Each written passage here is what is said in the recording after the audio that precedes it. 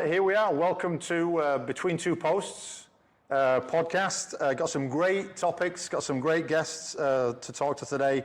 I think it's going to be a big deal in regards to youth soccer in the United States and the landscape and how it may be evolving. So this is Neil Marshall in the Soccer Box Dallas, owner of the Soccer Box Dallas here in Dallas, Texas.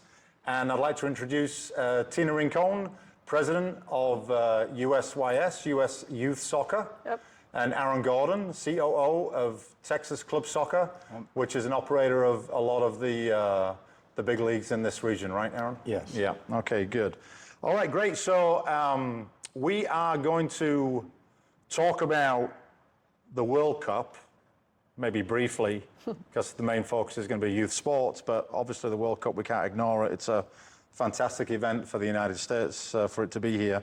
But we're also going to talk about age band changes. There's a big age band change happening in US Youth Soccer this year, which, everybody from parent to club to league, everyone's trying to navigate through and, understand and see how it's going to impact them. And then we'll also be talking about the pathway strategy, which is something that, kind of got announced later last year and is a big initiative to try and improve, if we agree it needs improving, the landscape of US soccer. But so you've both got big roles in youth soccer. Tell me, what's a day like in the day of the president of USYS? Yeah, so it's kind of unique for me because this is my volunteer job, actually. Right. So, but no day is the same, and I think it depends on the time of the year. I mean, super excited not only for World Cup soccer this summer, but also we have a ton of tournaments going on. So we'll be hitting the road to go check out soccer at all levels at our national championship and at President's Cup events and our National League events. But a real day in the life is talking to state associations, hearing what's going on there. We have 54 state associations across the nation, and so on any given day, I could be talking to one or two or five of them, depending what news hit the airwave or what we're trying to get out. Talking to my board members, I have 12 different board members that are on the board of USU Soccer, and then I also have this unique role that I'm also on the board of US Soccer, and so there could be meetings and stuff as it relates to that. So. Soccer, definitely takes up a lot of the time of my day, but it just really depends a lot if it's just watching soccer and talking soccer. As my kids said, they're like, so we go to soccer to watch you watch soccer. And I said, yes, most of the time that's what we're doing. So it just depends. So you're juggling a lot of balls, right? Juggling a lot of balls in a volunteer role. Exactly, yeah. How about that? Yeah. Aaron, what about you? You get a lot of teams in your leagues, right? We're the largest operator in town, right? Boys and girls, and from U6 all the way up to U19, with various levels. And so, I kind of look at the year overall, kind of in three phases. There's preparation for the league in terms of teams coming in, creating league schedules, securing venues, everything that has to go on to make sure we can play the games, because that's the most important part. The middle section is about 22 to 25 weeks of now running the league. The daily operation of every Monday is, okay, let's review scores, red cards, situations, reschedules, weather. I'm a pretty good weather person now, which I never knew I would be that. I can kind of see what's going on, but it is something that's just in this job and in our staff, to be honest, it's always on the forefront trying to predict where we can be. And because we're at several different locations around town, it could rain somewhere, not rain somewhere else. So there's a real orchestra, I think, in terms of we provide trainers, field support, referee support, everything that needs to go in to put on the match we do. Then as we get towards the end of the season, we'll maybe have a playoff structure that's internal, especially with ECNL, RL, and NPL. And then those teams go off, everyone graduates up. We're going to be talking about it here later in terms of we've got new age group requirements, lots of questions going on that, I think I can answer some. I don't know if I can answer them all because some, decisions are uniquely made by the clubs on how to address that. And then the cycle starts again in terms of preparing for next year. So those are, 3 different phases of pre, during, and post. That just is our cycle all the time. And I try to make myself as kind of the leader of our organization. Similar to Tina, I wear a lot of hats. I deal with the league itself, which I bring a lot of value because of my experience coaching at every single level in the country. I grew up here in Dallas, but I check a lot of boxes. So I think I'm a little unique. Not saying that administrators that don't have my experience, but I can bring a lot of value to the other coach who it was the most important game of her life, his life, to bring perspective, context, and deal with that. But then, like Tina, I sit in a lot of kind of leadership roles that I'm brought into with U.S. Soccer or ECNL or whatever, just to try to give back to make the game better. It ultimately comes back to the league, but if I can bring value that way outside of our league, it comes back inside of our league. Right. Yeah. Yeah, I honestly, running the soccer box, our leagues, if we get 50 teams, we're feeling good about it, right, in our leagues. And I mean, you guys have a ton of tournaments going on and stuff. no, we too, do, right? yeah. I mean, but like the amount of work and effort it requires, like Perry, who's behind the camera there, like the amount of effort it requires in the background, I just can't even imagine in the background of what you've got going on. And people don't realize. Well, and we met before. One of something that I've taken on in the last 3 months is I manage and operate Dallas Soccer Park, AKA MoneyGram, as a day-to-day operation. So I have a team out there that is, let's make the fields look as pristine as they can, which I think they look pretty good. But we're, not only do we run league play out there, but we also, in conjunction with the Dallas Sports Commission, work to entice, recruit of national events that could come and make Dallas a showcase, bring revenue into the city of Dallas. And so that's the other side that I have to deal with as well, which is, it's complicated at times, but we've got a great team and we make it work. That's great. Okay, well, thanks for joining us. It's a big topic. It really, like I said at the beginning, it really is a huge year, right? With the World Cup, the age band changes, which is huge. And then the pathway strategy kicking in, which I'm super excited about, right? I run a small to mid-sized club, Dallas Legends, and like it could potentially open up opportunities for us. So I'm kind of excited. So, we'll see where the convo goes. But, if this can be educational to parents, to clubs, to everyone in the youth soccer community, then that'd be great. So age band changes. All right. So I recall, I think 8 or 9 years ago, it changed. And it went away from what people used to call school year, and it went to birth year, running a club. It's great. I talked to a parent, is he a 2015 or a 2016? He's a 2016. It's easy. Simple. It's easy.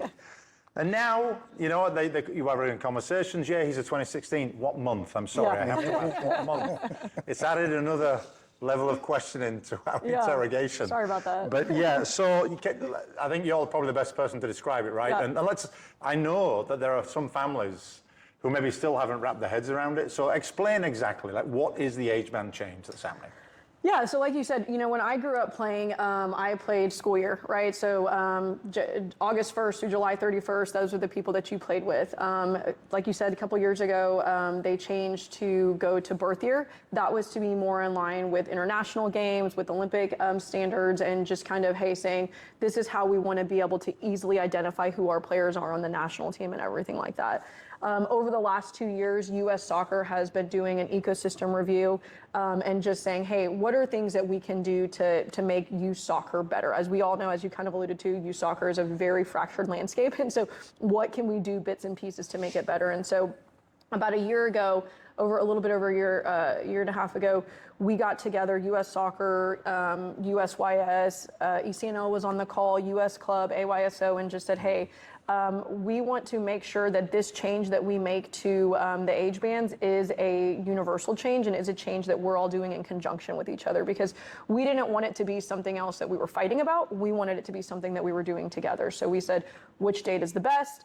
When the change was originally made, some states left it the same, some leagues changed and stuff. So we just said, let's go back to August 1st to July 31st. Now, the reason why, right? Everybody wants to know why. Yeah.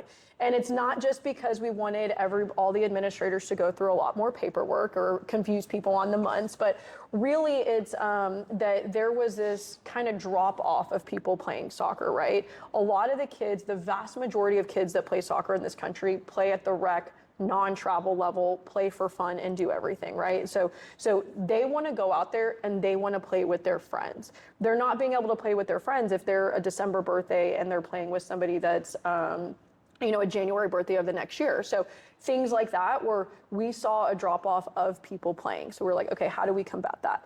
The other thing is when it comes to recruiting, a college coach going up to a team, to a field to recruit, if he's saying, hey, I'm coming up to watch these 2015s play, well, half the team he could recruit, half the team he couldn't recruit, right? So he's like, who am I actually allowed to watch? Who am I not allowed to watch? What am I doing here? So just to create a little bit more consistency and a little bit more ease for many of those things. And so obviously, we've gotten a lot of emotional responses. I will say the decision ultimately came through the three or four organizations and was announced at Youth Council of U.S. Soccer, which I was the one making the announcement. And as soon as I made it, I was like, man, my son is a May birthday, but we held him back a year. And so I was like, even confused myself. I was like, wait, did I just screw him up for when he's a senior and stuff? And I did. So unfortunately for him, I apologize for that. But, it is kind of confusing, right? And I ask my manager all the time, I'm like, wait, so can you remind me again what age he's going to be playing? And she's like, well, believe it or not, U.S. Soccer made this cool little tool that you can go look at. But yeah, so it is something that we're excited about because I think that it will bring players back playing with their friends. And we recognize there's probably going to be a year or two of, hey, we got to transition. There might be some teams that are broken up and stuff like that. But, in the long run, ultimately, we do think it's better for the game because at the end of the day, we want more people playing soccer. And we believe that more people will play soccer if they can play with their friends. Yeah. So, I mean, you touched on, the parents and the confusion, right? And also, breaking teams up. And that's what I'm going through a little bit like with the club, right? Is there's a lot of concern with families about, well, crikey, this team's been together for 6 years. And, you're saying that maybe my son or my daughter should play at her true age, which is actually now perceived as the younger team or playing down and trying to get people on board and understand that it's not playing down. It's not the younger team. You're playing grade. It's your actual grade. Grade. Yes, effectively, right? And you're going to go from being one of the youngest or in the younger end of the age band now to be older, to potentially be one of the oldest. Could be a great opportunity, for your kiddo. And ones that show the capacity that they can. They're good enough to stay with their team and play up. They're allowed to play up, right? Absolutely. You can play up and play with the same group. Teams as a whole cannot play down, but individually you can play up if you want to. Yeah. So those who are ready and can be positively developed by playing up, they can play up. Yeah, and I think you're going to see a lot of that maybe more on Aaron's side of the house with, like the more competitive and elite teams and stuff like that. One thing to note is like ODP is not changing. So Olympic development and all sorts of those types of programs. MLS homegrown also is not changing. Not national team isn't changing. This is more just for the USYS, US Club, ECNL, AWSO, GA is changing as well. It's for the youth play. And I go back, Tina played under the old way. I played under the way that it is now. So when I grew up playing here in Dallas in the Classic League, playing at Crown Park. Birth year?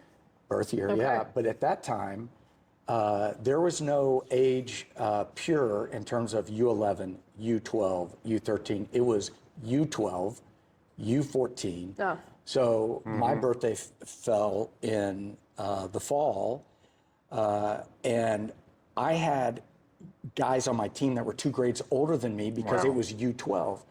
And then when I really got into coaching, the age group changed, and I watched that happen in Dallas. And I think, to your point, I think it's an initial shock of where's my team going to be? How am I going to handle all this?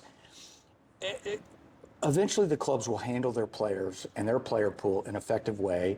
A kid that is doing really well and thriving, well, some of it is just numbers. Yes. There was no intention of how the team is right now, and it's going to fall one way or the other, and the decision is made. Others, where it's evenly split, may have a little bit more, decisions to be able to make. And I think in some cases, some clubs are like, oh, great. This team isn't very good. This team isn't very good. Now we have a much better team. Now we can concentrate on build. I think it runs all across the spectrum. But I think at the end of the day, for our culture, back to Tina's point, everything that I did growing up, I played with my school friends. I didn't play with people a grade older with me or a grade below me, however you want to look at it. And for lasting experiences and relationships, that's way more important, because I think the thing that has happened in the past years, and I've seen it around North Texas, that numbers at the lower levels have dropped, not in a death spiral, but enough to notice that maybe a kid gets in and they get out earlier. They're not sustaining time because of this, what happens at the school age. So I think it's positive, I really do. I think that the long-term effect is short-term pain, that people they'll find a new team or their new group, and they'll probably find more similarities within that player pool that they're in, because they're on it's the worst an older team goes up, half the kids have senior, the other kids are not. And the senior kids are like, oh, and the other kids are like, well, what about my team right now? Yeah. We're still playing in important games. I mean, that's at the league level, as I've seen it, has been the biggest disaster as they get into the junior, senior. Seniors are halfway out the door. The other ones are like, I still got a year and a half left. I still got to get recruited. Yes, exactly. And that causes problems. And then I think the last bit I would add to that is what has been considered kind of a trapped age group. That is that group that is their team graduates, but they're the younger side of it, and they fall back into the player pool, which causes lots of disruptions on, talk about a team maybe who's been together for 7 years, and then a player pool of 6 come in. I experienced that in the last coaching gig that I had, where to me it was like, there's a bunch of good players, but I'm not touching this team. They've grown up together. Where I've seen this is talent, and they displace kids. And it just, hopefully, I don't think it alleviates everything, but I think it just gets us in a better situation year to year in growth, development, relationships, because at the end of the day, these lessons that these young girls or young boys become teenagers, become men, it's the relationships of going through, playing on a team, what it means to share good, bad, whatever challenges that allows you to be successful in life. Yeah, no, I agree. We've got teams from, I think, U5 or U6 up through, right? And those younger ones, if this is going to facilitate more of them playing together, right? Which is often how it starts. Yeah. I do find when you get to that like U10, you're transitioning academy to select, maybe some have fallen away, they've chosen different sports, right? The ones who are deadly serious, they're moving on, and the reliance on I want to play with my friends is kind of dropping because the focus is shifting, right? But to generate that initial like enjoyment and passion about it and to stick with it when you're with, this is going to give opportunity for more. Right, to actually play with their school friends, right? Yeah, I think in this day and age, maybe 20 years ago, 10 years ago even, we weren't competing as much against lacrosse, basketball, baseball, everything like that. Right now, as a sport, we are competing against all these other sports that are year-round. I mean, soccer now is year-round, really, right? We didn't used to be and stuff. So it really is like, how do you get people to come play and want to keep playing, right? And depending on your level, it drops off. Hey, I don't want to play with my friends as much anymore. But I mean, I coach high school soccer here, and I think those kids would love to just go play soccer with their friends and go do whatever, right? And so it really depends on the level. But the people that really are going to get affected this year, I think, are the ones that were playing 7v7 last year and going to go back to 4v4, playing 9v9 and now they go back to 7v7, 11v11 going back to 9v9. Like those ones that were, here and now we're going down. I mean, that's going to be a little bit difficult for them. But, you know, other than that, I think that I was talking to one of my friends the other day and she was asking me and I said, look, at the end of the day, your daughter is going to make friends again. Like, this is not like she's never going to have any more friends. Like, she will make friends again. It might be a hard 2 or 3 months, but she will make friends again. And if the friends that she made previously were good and close, you will continue to be friends with them, right? So, yeah, we're excited about it. So No, yeah, I overall, I think it's going to be a good thing. I know I participated as much as millions had the chance to when the surveys were going out, right? And I gave my feedback that I think tying it more to school year, I think ultimately, even though it's going to be a big change, I think is probably for the benefit. But on the consultation, when you went through it, so like, obviously, I received something because I'm part of a club, and like I got an email and the survey. What, like, did you consult with leagues, like, you know, folks like Aaron, or consult with, you know, did families have an opportunity? What was the level of consultation? I mean, I can't answer from Tina's perspective, but I think there's always dissenting opinions one way or the other. But when this came out, I didn't really hear anyone say that it was bad. It was just, oh, this is going to be a pain in the beginning because there's going to be friction to get this wheel going in the right direction after we just went through it 8 years ago. Yeah. And my comment that I would say to people, yeah, we did it 8 years ago, and the same arguments were being made then. And here's what happened. They did it. A lot of people stayed on their existing teams if they were playing up. Obviously, you cannot play down in this. And it course corrected literally within 6 months. Yeah. Like, people who got into a situation maybe where they shouldn't have been playing, or it was a bad situation within a club, it course corrected that everyone kind of found their way. And then it was just business as usual. It's funny, I was in the college game at the time, and when all this had happened, recruiting, I was like, well, this is a pain in the ass. I got to figure out. So you were one of those people out there that were doing I that. did. And one of my college colleagues, I go, why did they do this? And he said, because the national team coaches can't read a calendar.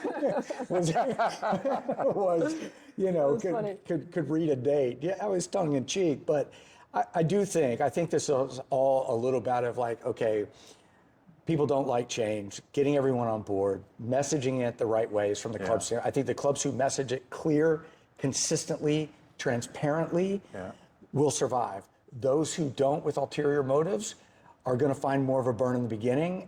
But at the end of the day, when everyone gets signed up, it'll all work out. So. Yeah, I will say on that, and then I'll answer your question. Legends has done an amazing job of getting the information out. I know that I got, because my son plays for Legends, you know, I know a couple months ago I got something, and I actually shared that with the USYS office. I was like, hey, look at all this detail that they're providing. Like, we need to be able to help provide this to our members. But going back to your question, you know, again, U.S. Soccer was doing their review of everything, and from there they were talking to parents, players, coaches, leagues, everything. And that's where this idea and need came up. Once we started talking about it at the higher level leadership, we did talk among ourselves.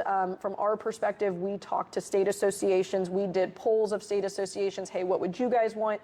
We gave them time to go back and talk to their members and get it. I'm sure the survey went out from U.S. Soccer of, hey, what would be better, you know? And one of the keys here is we thought it was so important to give everybody time. So like I said, we made this decision and announced it last year in February, knowing that it was going to be a year and a half until it went into place, because we didn't want everybody to freak out and say, hey, this is going. Much appreciated. But you know, like, giving us time. And I will say this also, when we first announced it, we said we were going July 1st to June 30th, and that's what we decided. And then after feedback that we got, after more discussion and everything, we changed it to August 1st to July 31st. So thank you. Yeah.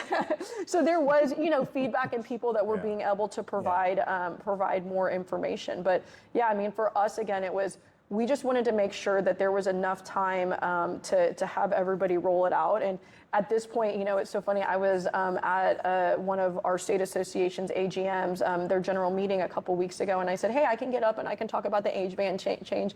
And they were like, Tina, that is so old news. Like, everybody knows about it now. And I'm like, okay, it's just happening, but all right, cool. So it seems like a lot of people are pretty well positioned, but now the time is, and tryouts are happening and stuff. So, I've heard a lot from different clubs in the area of just kind of, hey, this is how we're combating it, and this is what we're doing. Maybe we should have this conversation in a month when tryouts are right. to feel what is the burn. But I do believe that the rollout, the timing, the adjustment, I think was really smart because the initial one didn't really, it doesn't affect everyone, but it's just the competitive cycle of tournaments and what that means. It would probably hurt different postseasons or everything just because of what the age change made. But the rollout, it seems from everyone we've talked to at the club level, like, how are you doing? Have you talked to just getting feedback?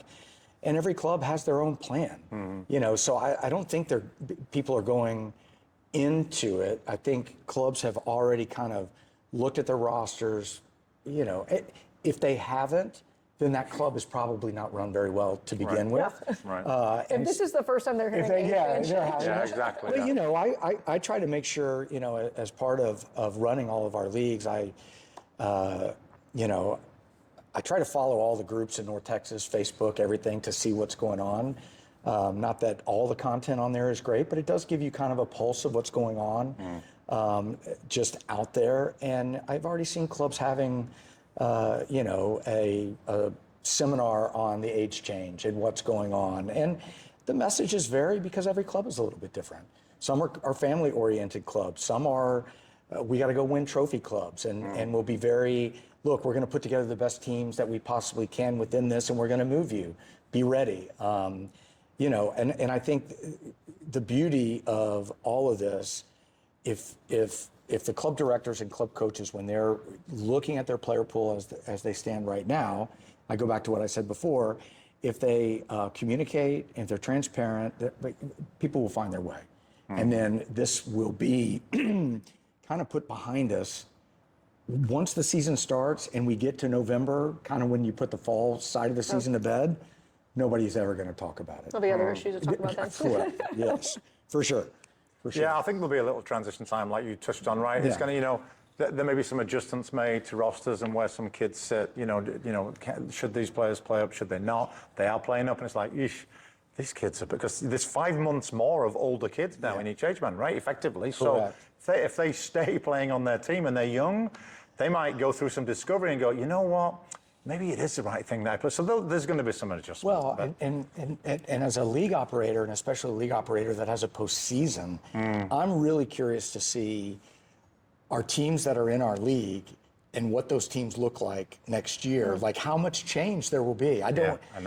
I think good coaches find a way. Yeah. And there's levels of coaching within every league that they'll find a way, and they'll typically be there. But it's really kind of in the midfield of our team, of where will they stack up?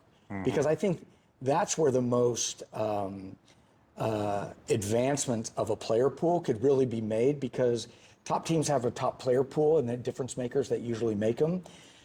And the competitive aspect of, say, places 4th through 10th in our league, I'll just use that. You look at our standings, they're pretty close. The movement of players one way or the other could really put them in the top tier or, in a relegation zone. No, yeah, for sure, yeah. and you touched on something, Tina, which was that change from July to August, right? And Aaron, when you were talking, like, most of the dissension hasn't really been around, well, we don't think this is a good idea. It's been around the fact that there's change, right? And that's what I saw. And social media is a crazy place, right? People go on there anonymously and just say stuff. But so people, it's like an open space just to say whatever you want and criticize when you're not actually involved in the nuts and bolts, and it looks easy from the outside looking in, right? But I got a sense of the most dissension was, well, crikey, you just changed this 8 years ago. What are you doing? You're changing again. Or the emotion of it's going to affect their kid. And also, like the July thing, and well, now you're changing it to August, and that was an easy target for people to go, these guys don't know Don't what even they're know what they're doing, doing, right? yeah. But actually, you can look at it that way, or you can be like, well, actually, no, this is quite positive because they're listening, Yep. right? It's been decided through looking at a lot of data, it doesn't work, Yep. right? And you made the change, Yep. right? So I don't think anyone should be thinking, oh, crikey, here we go, 8 years, 2034. We've had that question. We have had that question. Are we going to change it back? And we're like, I hope not. But then the 1 month thing, that was actually, I think, quite brave, really, because I'm sure you were very, very sensitive to, we've already Gotta changed. go do this again, yeah. Everyone's upset about it, and now we're going to go back and say, but actually, you listened, and it did seem to make sense from what you're saying. Yeah. So you went to August. Yep. That's all very positive, in my opinion. I think so too. Actually. I think people think that all these organizations, whether it's soccer, whatever, work. Decisions are made in a silo that nobody can get to with a very small group of people, and I think that was probably the most positive thing that came out of it was we made a change because we think it's right. But there's a lot of reasons why we didn't really think through why we need the extra month. Yeah. I think it just kind of calmed everybody down. Right. Some people hadn't heard of it either until we made that announcement. Yeah. And we were like, oh, okay. I got to see it a few times. Maybe they before were it in the hits. silo. I don't know. Yeah. All right. Well, that was a great Okay, discussion on the age band change. So now I want to move on to another really. I mean, I think it's a big deal. I've been reading a lot about it. I run a small to medium sized club who isn't the size of a club where we can go, we should be ECNL, we should be MLS next, right? We just don't have that muscle right now to get in. And I see the Pathways strategy giving my small to mid-sized club the opportunity through merit to start getting their foot in some doors and starting to catch attention, right? So I'm really excited by it. I'm from England. I'm very familiar, obviously, with the pyramid system and the opportunity that the club down here can get to here through promotion, relegation. Doesn't matter who you are, right? And I personally think that actually is very positive for the growth and the interest level, building momentum. So I think anything that helps with merit-based systems. I'm probably getting ahead of myself because I wanted you to talk about pathway strategy, and I think it's more than merit-based, but I'm selfishly very focused on that aspect to it, right? So pathway strategy, I think there was some announcements kind of late last year, right? From US Soccer, USYS, and US Club and so forth. Yep. But why don't you just get into it a little bit? What is it? Where did it come from? What's happening? So the next phase of the ecosystem review of U.S. soccer was then kind of putting everything into motion. And so in November of last year, U.S. soccer announced the pathway strategy. And I remember sitting down and trying to explain it to you of hey, this is where we're going. And we were so excited about it because really it's saying, hey, we know that player development needs to be better. We know club development needs to be better. And again, how do we clear up the landscape so that people know where to play and they're fitting in the right place? So for me, a soccer mom at the end of the day, I have all these other roles, but my favorite role is soccer mom. And it's I don't know where my kid should play, right? He's this level. I don't know any of the clubs he should play at. We know we want to play other sports. We know we don't want to play 5 times a week, so where should I go? And that's where the pathway strategy really is coming into play to say, how can we make soccer clearer for everybody that wants to play? At US Soccer, we want to have soccer everywhere for everyone. And that is a key piece of this. And so USYS is a participant in the pathway strategy, really trying to figure out where do we play, where do our state associations play in all of this? And so it's saying, hey, a state association should be the local arm. We should be saying, our state associations are doing grassroots. Our state associations are boots on the ground. USYS, what do? We help with regional competition. We help implement, national level things. US Club is really good at, leagues and everything like that. ECNL is really good for players that want to practice 4 to 5 times a week and play in this many games. MLS, where do they fit? MLS is really good because they're for the elite player. GA, where do they fit? They go for elite females, right? And so it's really taking all these organizations that we have and saying, okay, as a player, if I want to play here, where do I go? You go here. As a player, if I want to play 4 times a week, where should I go look at? And so it's clearing that up, and this is probably a 3 to 4 year piece of work to get it all rolled out. But one of the first things that came from it is new comp. What is it? N1. N1. Just announced N1. I couldn't even say N1. I was saying new comp for the last 3 months. I know, I wrote an email today. I was like, new comp. But new comp is one of the first things that have come out and to be part of the pathway strategy for the higher level kind of regional team-based competition. Yeah. Right, right. You want And me to go that's, to that? so yeah, Aaron, that's a perfect segue to you, right? No, So, I think what Tina was describing, those were the initial steps that really kind of picked up steam. And I don't want to say I've been privy to anything way back, but I could kind of see this happening maybe a year ago in terms of just discussion, like nothing formal, but you could see some of her colleagues at USYS talking to colleagues at US Club Soccer, just in a very, not an adversarial role, but like what if, or what could be, which I thought was the first, at the highest level. Now, you know, that's always step one. You got to have people like-minded who want the same goal. How do we get there? When US Soccer announced it, US Club Soccer then announced internally, well, why don't, before we do anything, we need to recognize our own pyramid within the US Club Soccer system. ECNL is at the top of that pyramid. RL through ECNL is at that next. And then they had, US Club Soccer was pretty much founded on NPL as a National League brand, where there were operators around the country. And it had an event, but there was really no kind of, it was a sort of connection is the best way to put it. Some of the operators in the RL were the same as NPL, but there was nothing really definite that tied it. And here in North Texas, as we operated, and there were other operators around the country, when we get together, we kind of found ways in a club-based model to allow team-based to get in there. Okay, so that kind of was like, well, there could be a hybrid here that could be very advantageous within the league, and so we recognized that, okay? And how I do it may be different than NorCal, because every market is a little bit different. Expectations are different. I mean, shoot, some areas around the country only play a fall season and they just play tournaments in the spring, so you couldn't really, you know, wrap it up in one, you know, nice little package. The conversations continued with USYS and US Club Soccer, and at that time, I would say probably around the convention, from a timing standpoint, okay, let's try to figure this out. And that's how New Comp was born. And it was basically to say, hey, how do we take, there are current teams in the National League, there are current teams in the NPL that were in team-based leagues, and actually within National League, there were some kind of club-based segments of it around the country, but it was really focused to how do we get an individual team, a small club, mid-tier, big club, because they have extra teams too, how do they get involved in a competition pathway that would allow them access into a club-based league? That's the ultimate goal. And that's kind of where N1 has been born. And so applications, if you could get it done in time, we're supposed to be done Friday.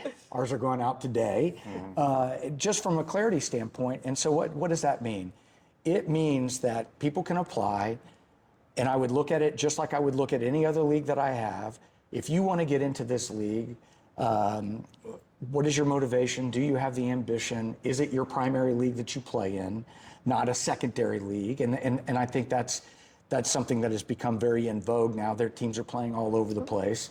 And build a competition that is merit-based two ways. One is a vertical integration, which would be into RL, which we've already created that here locally. But then to what US Club and USY has done a brilliant job is how do we create a regional playoff, a national playoff, that now you're playing in a competition that is at the NL level, RL level, and now the conference league level to go and compete. Okay, so you play in a meaningful league with a postseason that can go in two directions for your ambition. One is promotion. Right. It can be relegation too. That's the other side of it. Everyone talks about going this way, and but going the other way. But also into a postseason that is run that then all the winners of these different formats go to a unified national championship in one place, boys, girls, all 3 levels, where they all play at the National Training Center in Atlanta. I mean, you would have thought it would take an act of God to make that happen, but it really just took a few like-minded people that had the same motivation. And there's, you know, is it perfect? No. Is it the right step? 100%. And that step we will be forging as we put together teams. And then how do you get into N1 after that? Well, this promotion and relegation, upwards and downwards, well, that's where the local leagues come in. So one of the things that I am tasked to do with whatever local league, USYS, US Club Soccer, is create a mechanism for their top teams, a way to fill the void of the relegated teams. And where do those relegated teams go? They go to what's best for them. Is it into USYS? It could be purely geographical. Like, this league is geographical. It's better for me to play. Like, if I'm on the west side of the Metroplex, I may need to play in Arlington Premier as my league that I play in. But knowing that if I do well in this league, I can get in some type of play-in situation up. So, you know, I think to speculate today what it's going to exactly be in terms of in terms of, is it everything we think? I think it can be. And as I've told people, look, club-based in the pyramid right now, this is with all leagues around the country, they are club-based mechanisms. And it's up to the club-based entities to figure out how a single team can climb the ladder. And like I said, I did it in ours because I thought it was the right thing to do.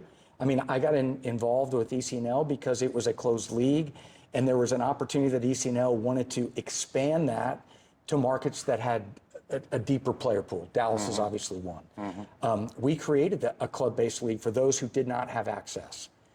That's how the league became very successful. Well, that's not enough in my mind, because there was a perfect example. We had a club in our league that was on the girls' side. They weren't quite there on the boys' side. They couldn't meet the club criteria having 6 age groups.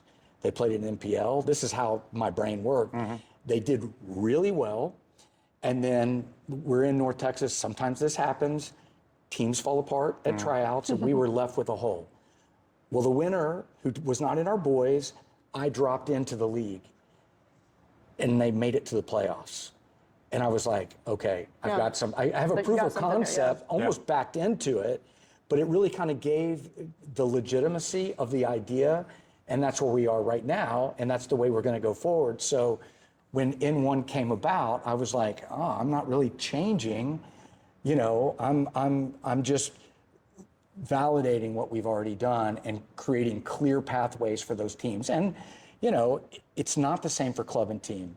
They don't even exist in the same way. We can play all in the same rules, but if you know exactly what the rules are and you have a roadmap, well, that's a great first step, and I think that's where we're at today. Yeah, no, yeah. So let's be clear then, right? Because it's complex, but once you get it worked out, I think it's fairly straightforward. But so the N1 is I shouldn't really call it a merger, but NPL, National Premier League, and is going away. Yeah. And that's US Club. Yep. National League, which is USUYS, different governing body, it's going away. And those two governing bodies are working together to operate N1. And then there's also, what is it, FDL, Frontier Development League? That's is part that of just that local? was part of National Oh, that was Yeah, part of National League, yes. okay. Yep. So National League and NPL coming together, right? Yep. Everyone in this first round is going to have to apply, right? They got to either retain their spot or be given a spot, right? Yep. And then going forward, you're playing that for the next 26 through 27 season, and at the end of the 27 season, the ones who are finishing at the top regionally will have rights to go into this national playoff you talked about. Correct. And teams that are successful in that regionally will have the opportunity to move on to ECNL RL. That's correct. Right? Yep. teams that finish near the bottom, I don't know, is the relegation thing set yet? Is that like... It will be, I think, you know, and I said it earlier, I think one of the things that is, well, it's not unique about our country's gigantic, okay? And the way that different areas of the country are operating are unique to that area of the country, whether it be different high school seasons, I mean, weather, I mean, there's so many factors that go into it. But operators will transparently come up with the mechanism that is fair and equitable for that to happen. Yeah. That's the way that it will work. Yeah. And so it will be very clear in terms of we will have a handbook from the league commissioner, who was the former commissioner, Mark Franklin of USYS, who is overseeing this endeavor. We have a general handbook, which is what I would consider like lawyer boilerplate to cover everything. And then the mechanisms to do certain things, you know, we'll put in and say, hey, this is how we're going to do it. And it'll get approved or not approved, to be honest with you. Like, no, that's not fair. Adjust, or, oh, that seems simple. I think that the easiest thing to do is be clear and transparent in terms of the rules, like we did with NPL for what we call our wild card spots into the RL North Texas. These are the clear rules. We set the expectation at the beginning of the year, and it is a little bit different than the club base. Yes, it is. But you get to earn your spot in every single year. You get to keep it. If you don't quite make merit, you get to challenge your spot in, or if you're just bad, you're out. You know, so these are the things that I believe as an operator, and I try to, you know, I've got big clubs, medium clubs, little clubs. I try to make everything as crystal clear as possible, because at the end of the day, all I can do is go back onto what I put on paper. Yeah. You know, and in this market, that is a unique trait. The good thing is the promotion relegation, you got a year to figure it out still, right? I'm going to do it day one, so it's out there. I'm not changing. No. But yes, to your point, yes. I mean, I think that, and I think it'll be very interesting. And I think as I've gone through this process, I mean, we have internally let our, what I call our membership, who's in our leagues right now, kind of know what's happening and applying. But as marketing has gone out all over the country, and certainly within this market, you know, we get phone calls, and you got to sit in my office and you got to see my whiteboard and the pyramid. That's what I've talked about. Like, here's what it looks like. This is going to be, if you're interested, apply. And then we will look at you on a merit based of what league did you, and I try to make sure, like, you know, we have our own members asking the same questions. We're in the league, right? And I'm like, I have to look at everybody and see where you fall. And that's the way that we're going to proceed. And some of it, quite honestly, will take care of itself because of the fact that, like, I've had teams that were both in RL NTX and played in NPL NTX. Well, they can't do both. They're going to stay. So that creates a new spot. And teams that were in NPL and NL as well, right? Like, correct. Yes, they were both. So two does not make two in this. You know, I mean, excuse me, two teams in one that are one team don't get two spots necessarily. It's interesting. In our market, there were, I think, more of the girls' side that played in FDL. That was their standalone platform. Like, that was their platform they played in. So we don't want to leave those teams out of the deal, because on the boys' side, there it was kind of like a secondary platform, a mixture of a bunch of players. And so, you know, if they had a bunch of ECNL players, there's rules that say they can't have that many ECNL players in the league to play after. They can player pass, but they cannot. You can have an ECNL roster and an FDL roster. That's not going to fly with these new rules. So. Right. Yeah. There's going to be, I think, from my understanding, right. So you right now, you can have ECNL level or ECNL RL level players playing in the NPL on the NPL teams, right? But that is going to become much more restricted, right? Because effectively you want to have these bands, right? You're playing at this level. you are playing for the opportunity to attain this level. That's right. Therefore, that level needs to be different, right? Yeah. And then you've got the levels above again, like you said, with GA and MLS I Next think and those things. philosophically, I think, and it comes from ECNL, and I think it's from U.S. Club Soccer standpoint, and USYS has come to this lately too, that you have to give autonomy back to directors to understand what their player pool is, and some flexibility to move. But you got to cap the number of players that can come down and be able to play, because then you worry about the integrity of the competition. Yeah. And I think I think there's a good balance right now, and I've seen it run the gamut with ECNL, that it used to be wide open, and it has reduced, going back to the integrity of the competition, not having too many players. Like when we first started RLNTX, an ECNL player could come. An ECNL player is no longer allowed to play in our league. Only RL to RL, because the uniqueness of, we have Texas Conference NL, Texas Conference RL, and then we are geographically RL and TX. So they saw, okay, it's probably not a good idea for an All-American player in NL coming down to play in our league. That's not a good message. So they changed, and I think flexibility for leagues to be able to do that and assess what's going on, I think is a good thing. Mm-hmm. Yeah, you touched on something earlier too about teams being in the right spot, right? And because I'm going to get to, there's a mention of cost, and there's a mention of travel, and I'm very sensitive to cost. I think, well, Tina, I've launched Ignite Foundation, which is just because of what I've been exposed to and seen in terms of the cost as you get to higher levels, and there's literally families that just can't afford it. Sure. And then a lot of those families, unfortunately, give up before they ever get to that level. Yeah. Some kids get seen and they get carried effectively, right, and given opportunity. Yeah.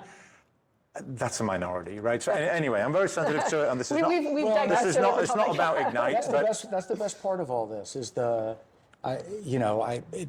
Tina can speak to this more than I can in terms on the USYS side, but even the FDL, there's a travel component or whatever. It's brought this component to bring the best team-based competition into Dallas or the Metroplex. Mm-hmm. North Texas is our region, all the way up to Amarillo, Lubbock, and it's the same thing with RLNTX. It became localized in terms of, and that's why I think it's been such a really good success.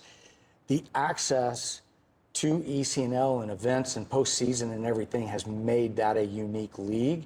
And my hope is that N1 will translate the exact same experience at the local level, again, with the postseason and promotion opportunity that you have, which is why we're all in this to begin with. We want to give access to kids to play. We want affordability to be down, and that's not saying that national leagues where you have to travel are bad. No, they're really good too.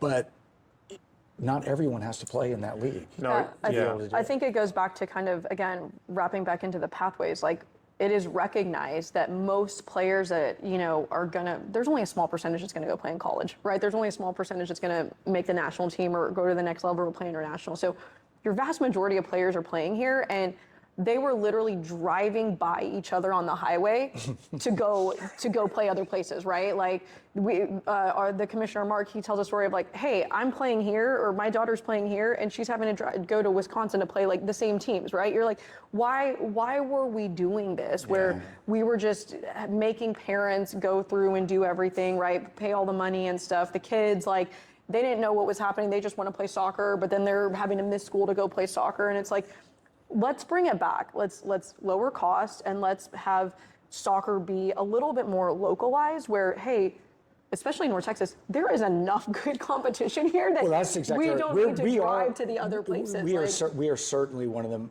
the most fortunate markets because of our density of ambitious people. And this isn't just soccer. I think this is all youth sports in this town.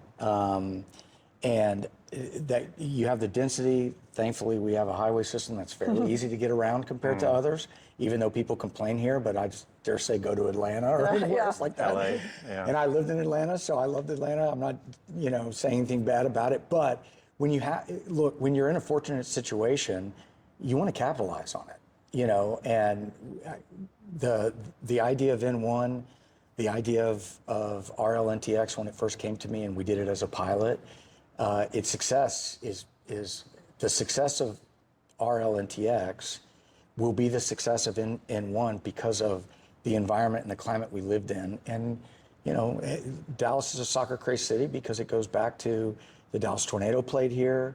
They etched a place in the fabric of this community. And even though it went away, it just kind of kept coming back. And those pros taught my generation how to play.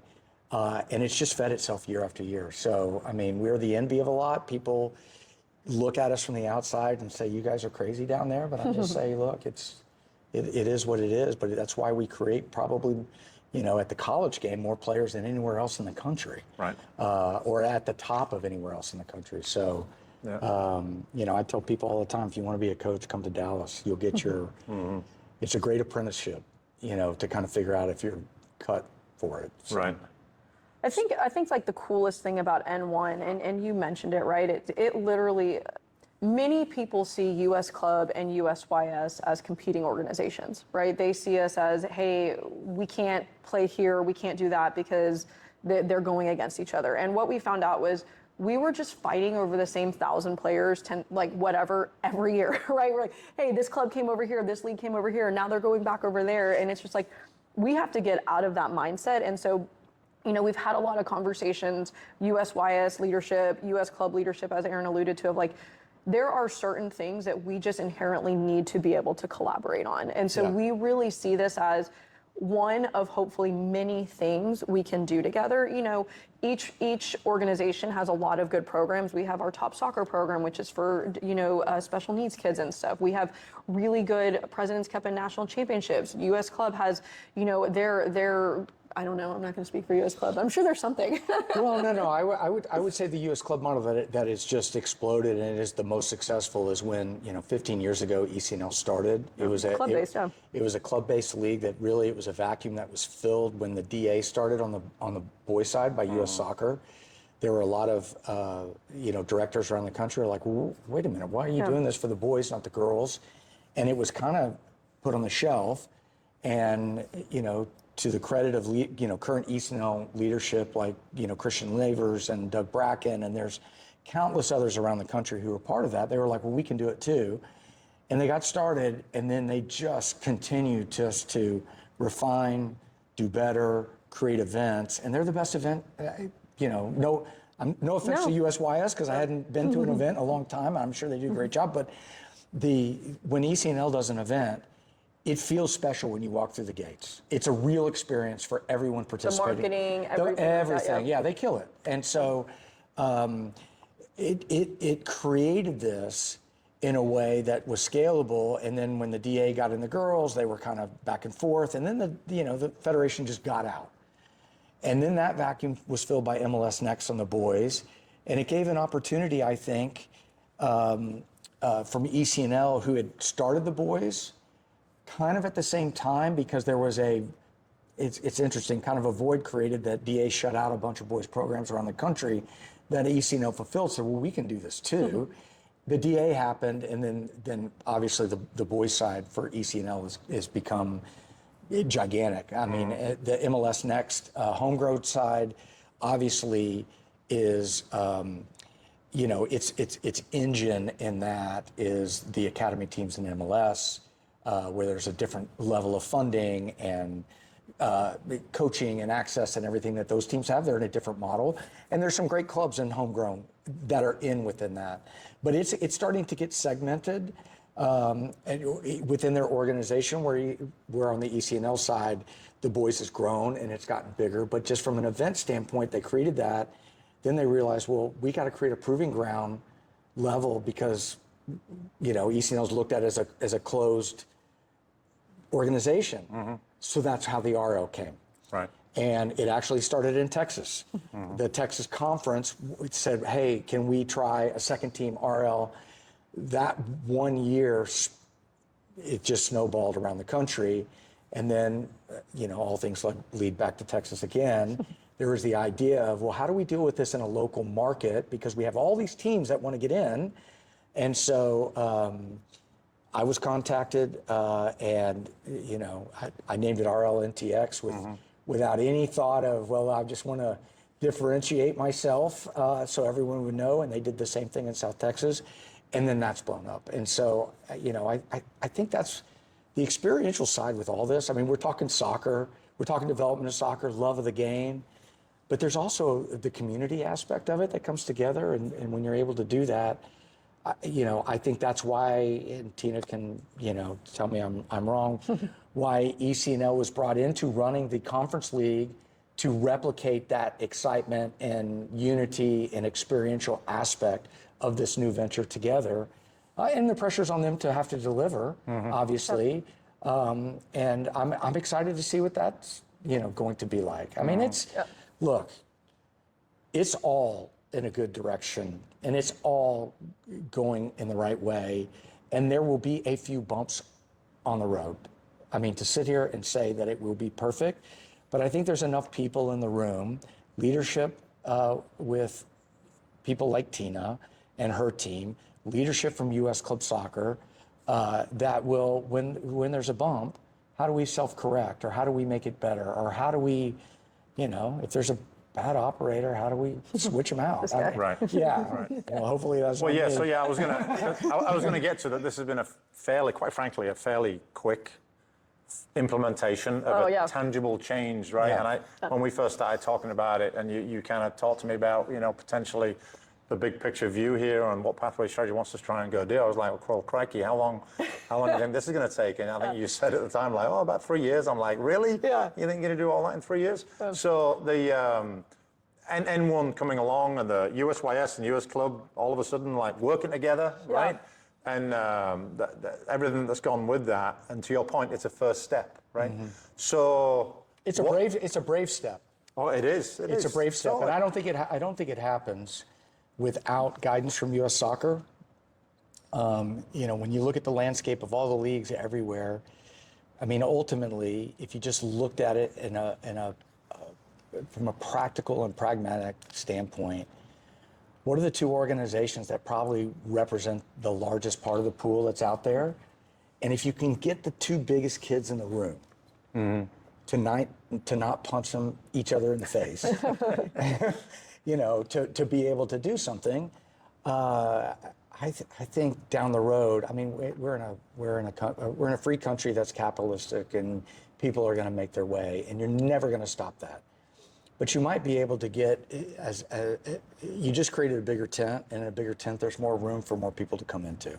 I hope that's the ultimate one of the goal. things that we were pretty intentional on, and so kind of going back to that collaboration, like he mentioned, the commissioner was from USYS, and we put him in there, right? And like really the management team is, both sides are making a lot of decisions together for the betterment. But our goal, and we've had conversations with other organizations, they're watching to see what happens. And is there a possibility in a year or 2 years, there's a GA, that's putting some of their teams in. There's MLS that's putting some teams in, right? There's other organizations out there that are, hey, this does work. Because again, our goal is for these players to not have to travel as much, to not have to spend as much money, and to play good soccer at a local level. You have, the regional, the conference finals and playoffs and stuff, but most of these teams should still have access to national championships. Most of these teams should still have access to President's Cup. Most of these teams should still have access to other U.S. club events as well, right? The whole goal is for players to be able to play in a world where they can go play wherever they want to, and it doesn't matter, if I register or my player card says USYS or US Club or MLS or whatever, right? We just want people to play soccer, and we saw this as a logical first step to get people to play soccer without boundaries of who or where or what. And without the first step, then you can't even talk about other considerations like a universal playing card or anything like that. And everyone's like, well, I don't understand why. Well, that's a very complicated exercise to try to figure all that out because it's tied to a lot of different things: insurance, finances, programming, all this stuff. But I would say that where everyone talks about that in some grand wish scheme, you could never even attempt to do it until two of the biggest bodies come together and do something. And so, and even right now, this competition is under U.S. Club Soccer because of just all the dynamics of what that means. Just in our current player card situation, it can't be solved to date. But I think down the road, as we get through the league and see what it means on both sides, hopefully that opens it up to other conversations. Yeah. But running the league properly, transparently, and access is the most important part of it. Yeah. No, I think it's great. I think, the intentions behind the age band change, recognizing something was broken and needed to be fixed, the intention behind the pathway strategy, and, trying to establish a system whereby, like you said, like teams that really, maybe are families that are in a situation where they're having to be in travel because the kids on this scheme, but maybe they should be playing a little bit more regionally or locally, and establishing a merit-based system, where teams that are not part of a big club have opportunity to progress, and can fulfill aspirations. I think it's all fantastically positive, honestly. So, but this is the first step, right? Yep. And, like you said, it's going to have to pull people together. You got the two biggest players in the room working. So now we're going to see how this evolves over the coming years. So it's exciting, I think, in youth soccer. Great time to be involved in youth soccer. Yeah. No, I agree. Giddy up. I agree. Giddy up. Yeah. All right. Well, really, really, really good conversation. I appreciate you taking the time. I am going to finish on the World Cup. I think England fancied to win it. I think maybe, I don't know. All right. Although I did see France play recently, and I'm not too sure we're going to beat France. Okay, and then we're not going to get deep into this, but I'll just fire you two questions without looking at the brackets either. How far does the US men's national team have to go in the World Cup for it to be considered a success? Who wants to take that? Tina? My U.S. soccer board response is we want podium teams. Okay, all right. But I think realistically, we're going to be happy getting out of the group and maybe winning one out of that. So yeah, it depends who you play afterwards, right? Yeah, I mean, you exactly. might be playing Spain in the next round, and you're like, well, you could go out there and it's still did not pretty bad. well. Yeah, right. exactly. There's 48 teams. If you don't get out of the group, it's a disaster. Yeah. If you don't win the first, second round game, I think it's a disappointment. Yeah. Because it's now 48 teams. Yeah. And so I think the expectation on the U.S. in terms of the amount of players that we are playing overseas and the domestic players that are impacting the current roster, which there are domestic players too, the team has plenty of experience to get over the line in terms of certainly getting out of the group, certainly getting out of the first round of the knockout stage. And then after that, it really comes up to matchups. I mean, sometimes the matchups line up in a way that is, when we were in Japan, we had a bit of a luck to get out of the stage, but we had the right knockout stage game against Mexico, our rival. We took it to them. We probably deserved to beat Germany. That was a penalty, by the way, when Berhalter headed it against the guy's arm. It is today, in terms of a clear penalty. It wasn't given. We were spectacular. Like that was an expectation with a team with no expectation. Yeah. And so if I were to fast forward now, was that 2002? It's 24 years later. We have more players playing. I don't mean just playing, playing soccer. I mean, they're playing in real leagues. Yeah. MLS is considered a real league. I know it's not at the top, but it's certainly not at the very bottom as it was in 2002. So I think it would be a disappointment if we don't do it. And watching the team, I'll see a great performance, and then I'll see a performance like, how are you guys going to even? That's what I don't know. I think there's a lot of pundits that are my age that were in those early teams, and rightfully they can speak from a position of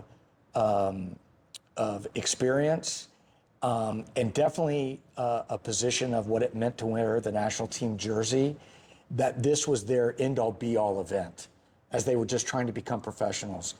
I don't know if that's in the current generation of players. They've been given more access than they ever had. And I think at times, sometimes the criticism is valid. They don't look like it means everything to them. Maybe it does. I don't know. All you can do is evaluate the eye test. And sometimes it's very good, and sometimes it's not. I think ultimately our biggest difference maker at the international level is Christian. You know, and I think the team will go as he goes. Yeah. Because he's the one player that really has the ability to unlock teams that they have to worry about, and how he handles that pressure will be ultimately where we go, you know, and it'll be interesting. Yeah. I mean, From Leeds United fan, Brendan Aronson can't even start for the US men's team He right can't now. get in. But he just played his 100th game for Leeds United. So I'm a big fan of his. Like, I think it's a great little workhorse. I think he represents that mentality, American mentality, is selfless running, tremendous effort, has a little bit of something that is unique. But you know, beauty's in the eye of the beholder, of the manager. But and here's the thing, Pochettino, the pressure's on him. He wants his next gig. You know, so I mean, he's going to want to do well. We were in Atlanta watching at the last conference I was with. Belgium, right? With USYS and US Club Soccer. They played. Belgium. Well, no, we watched them play Portugal. Oh, okay. And there's a lot of trying stuff out, throwing stuff on the wall that may have well-intended purposes. I wasn't sure what it was for that game, to be honest with you, but maybe he was trying to see what he knew absolutely didn't work. And sometimes you have to do that as a coach. You don't want to be put in a position where you haven't tried everything if what your standard is doesn't work. It's sometimes to get that out of your system to go, well, that was a bad idea. Can't try that in a game. And I think you know, we played with a false nine and no striker, and I think we shot the ball 2 times all game. You know, it was it's hard. I want them to do well. I'll be the biggest fan ever. But you know, as someone who spent his life not administrating leagues, trying to be the best coach I could be, I understand what that looks like, and you know, I evaluate it that way. Yeah. So you will win the group. okay. You will play a 3rd place team, I believe, in the next round, and unless something crazy happens in that group, you'll win that. And then it's who you play. That's what it comes down to. Right? You know, England went out of the last World Cup, I think, to France, in a game that I feel like we should have won. I think it might have been a quarterfinal, and everyone's like, it's a failure. Got to make a semi. But you lost to France. But who do you lose to? Well, that's exactly Who do right. you lose to? That goes out into any. I mean, you look at it. So much at the highest level is not about talent; it's about matchups. How do they deal with your hardest person, and how do you deal with them? And if you don't have an answer for that, that's why at the highest level, sometimes when we talk about tactics and all this different stuff, it really comes down to, can you stop their best player? If you can't, you're probably going to lose. And that's applicable in the NFL. It's applicable at NBA basketball for sure. Hockey playoffs are going on. I just think that's, you know, at a team sport, that, you know, it comes down to, are your best players going to deliver on the day? Yeah, I could talk for hours about this. I could talk about Mbappe and Messi. Will Messi have the legs? Who's going to stop Messi, etc.? Who's going to win the World Cup, Tina? The team that wins. I don't know. I mean, you don't throw it out there. But is there a favorite? I mean, like, what are the poly markets saying right now? Well, I think Las Vegas is saying it's like France, Spain, England. I don't know why England's in that conversation, honestly, unless do they on even that day. do they even like their manager? Harry Kane might like really bring it on. I mean, right? if Harry Kane plays at the level he's playing, I know. you know, which I'm saying we don't get to. I mean, it's accessible, but that's not my go-to. To watch some obscure, team in the Bundesliga. But when you hear reports of the level that he's gotten to now, everyone said it's like he probably couldn't have done that in England. That Germany's playing that league has allowed it. And what he's doing, but you know, I think that here's my one worry about the national team. You know, our two best players in Weston McKennie and Christian Pulisic, they play in Italy. And Italy has not qualified for the World Cup. So what does that say? Yeah. Obviously, it's considered a top 4 league. Yeah. But is it really anymore? Something's going on. There's something going on there, and that how does that translate into this World Cup setting? Yeah. You know, Or something went on 10, 15, Maybe. 20 years ago. Very possible. Right? That's just and now. eventually it works its way through the system, It right? does. There is always a lag. Yeah, And you know, that let's segue all the way back to age man changes and pathway strategy, right? Is this what positions the United States? So in 4 World Cups, 5 World Cups, they're in that conversation of the top 5, 6 in the world, who all of which probably have a very good chance of winning the World Cup, right? So I mean, I hope that's the case. I really do. I will say at U.S. soccer board meetings, we want podium finishers and we want top 100 players. That is part of the U.S. way that's going out there. That's part of what the coaches are trying to do. That's what government, like the CEO is trying to do, everything like that. So, I mean, the hope is we're putting things in place so that at that time, you know, we're finishing up top. Yeah. So. All right, well, thanks for the conversation. Really good. I think you're doing great things. I think this is going in a good direction. So, no, I appreciate your time, thank you. Tina. Thank you. Thank you. Thanks, Aaron. Absolutely for the invite. And Anytime. Until next time, between 2 posts. Thank you. Thanks.